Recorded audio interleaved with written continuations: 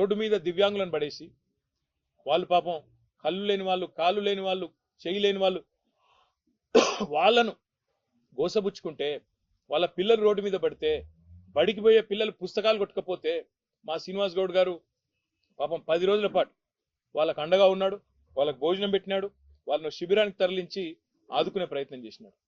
నేను రాష్ట్ర ప్రభుత్వాన్ని, ముఖ్యంగా రేవంత్ రెడ్డి గారిని, పాలమూరు బిడ్డ అని చెప్పుకునే రేవంత్ రెడ్డి గారిని అడుగుతా ఉన్నా, నీకు గనక నిజంగా సంస్కారం ఉంటే, నీకు కనీసం పేదల పట్ల ప్రేమ ఉంటే, వెంటనే ఆ 75 మందికి వెంటనే తక్షణమే డబుల్ బెడ్రూమ్ ఇండ్లు కేటాయించి ఉన్నాయి. మహబూబ్నగర్లో మేము కట్టినే, ఇంకా ఇయ్యని ఇంకో ఈజీగా ఇంకో 200-300 వెళ్తాయి. వెంటనే కేటాయించు, వాటిలోకి వాళ్ళని తరలించు. ఇది నెంబర్ 1 డిమాండ్. రెండోది, ఏ అధికారులు అయితే అక్రమంగా అన్యాయంగా బుల్డోజర్లు పెట్టి ఆ పేదలను రోడ్డు మీద పడేసినారో వాళ్ళ మీద చర్య తీసుకో. నువ్విచ్చిన పట్టాకు, నీ ప్రభుత్వం, నీ కాంగ్రెస్ ప్రభుత్వం ఇచ్చిన పట్టాకే విలువ ఇవ్వని నువ్విచ్చిన పట్టాను చిత్తు కాగితంతో చూసిన అధికారులు ఎవరైతున్నారో వాళ్ళ మీద వెంటనే చర్య తీసుకోవాలి.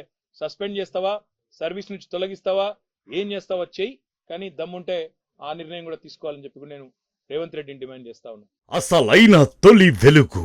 ఫాలో వాట్సాప్ @తొలి వెలుగు అఫీషియల్.